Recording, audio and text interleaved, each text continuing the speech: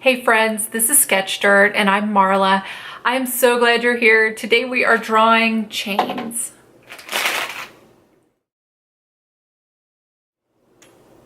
Okay, so happy Halloween. To get started, we're drawing chains today and I'm really excited to do this. I've wanted to do this for quite a while, and so when Halloween came along, I just remembered that like every haunted house has a ghost that lives in the attic and drags chains around, and so I thought that would be perfect for this.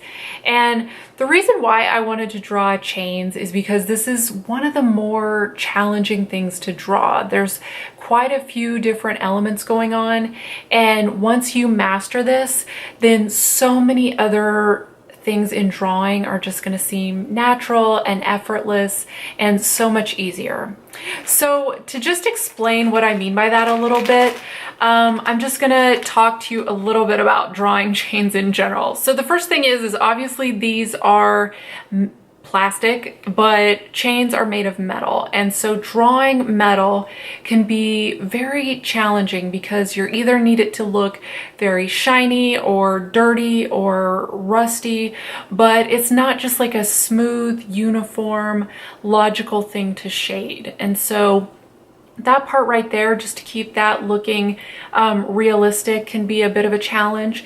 Then on top of it, each of the metal links is exactly the same. And so in order for it to look realistic, all of the links themselves have to look exactly the same, but you're drawing them in different perspectives and different viewpoints. The other thing is that once the links are all put together, then the chain itself has a type of movement, and the chain doesn't move like water, it doesn't move like fabric, it has its own kind of movement. And so when you're drawing, you're kind of trying to capture this way that it will lay in kind of a non-uniform but kind of still a solid way, and all these things put together make it a little more challenging than other things to draw, which is why I was excited to do it today. I'm going to be drawing this in both pencil and color pencil, so that way you can see what kind of shading I use for each tool, and I'm really excited about this. So let's get started. Getting started here, I'm just lightly penciling in each chain link and not really being too worried about how this looks or how clean anything looks. I'm just making sure that the placement and the chain links are exactly how I want them. And I'm really taking my time with this, and I'm measuring the links. It's actually really, really helpful if you measure the links before you get started to make sure they are all exactly the same size, because if one starts to get a little bigger or a little smaller than the other one, then it never looks quite right, no matter what you do. So having a ruler with you can be really helpful when you draw these.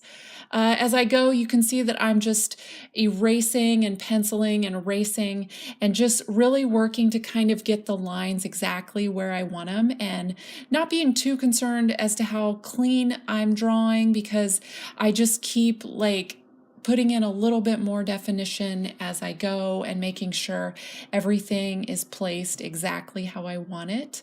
I'm starting to put a little bit of shading in now, and just kind of, again, keeping up with like looking at where everything is placed and what the definition is for each one of the chain links.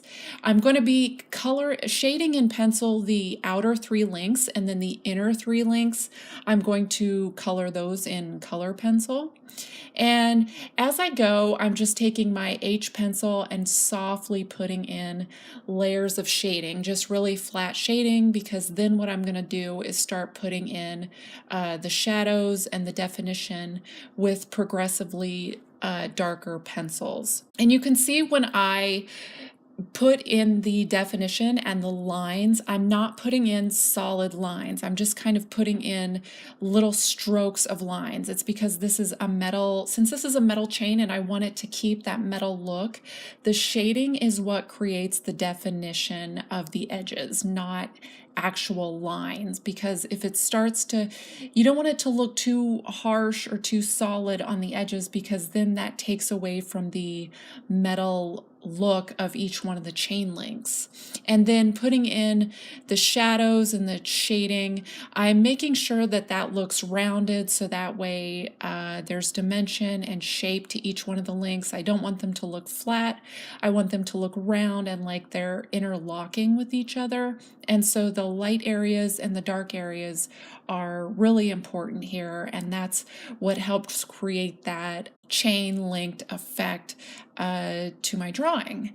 And as I'm going here, today I'm using an H, an HB, a 2B, and a 3B.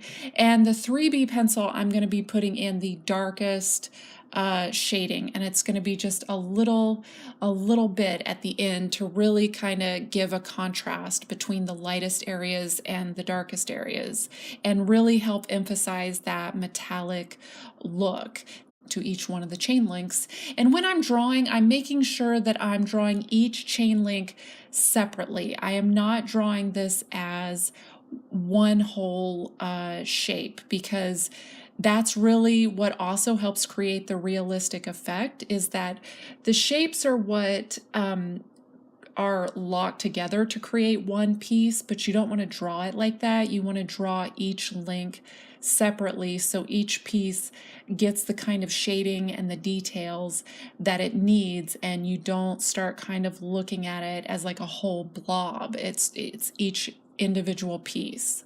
I'm going through and I'm using my color pencils now, and I've chosen cool grays to shade this in. I'm going to be using some color too, but I wanted to use cool grays because I wanted these chains to look really cold and icy. I was thinking of Halloween and ghosts and like an attic, and I just wanted these to look, I wanted this to look like cold, icy metal as opposed to really hot, fiery metal. And if I was going to make it look hot and fiery, I'd use like dark reds and dark browns and dark blacks.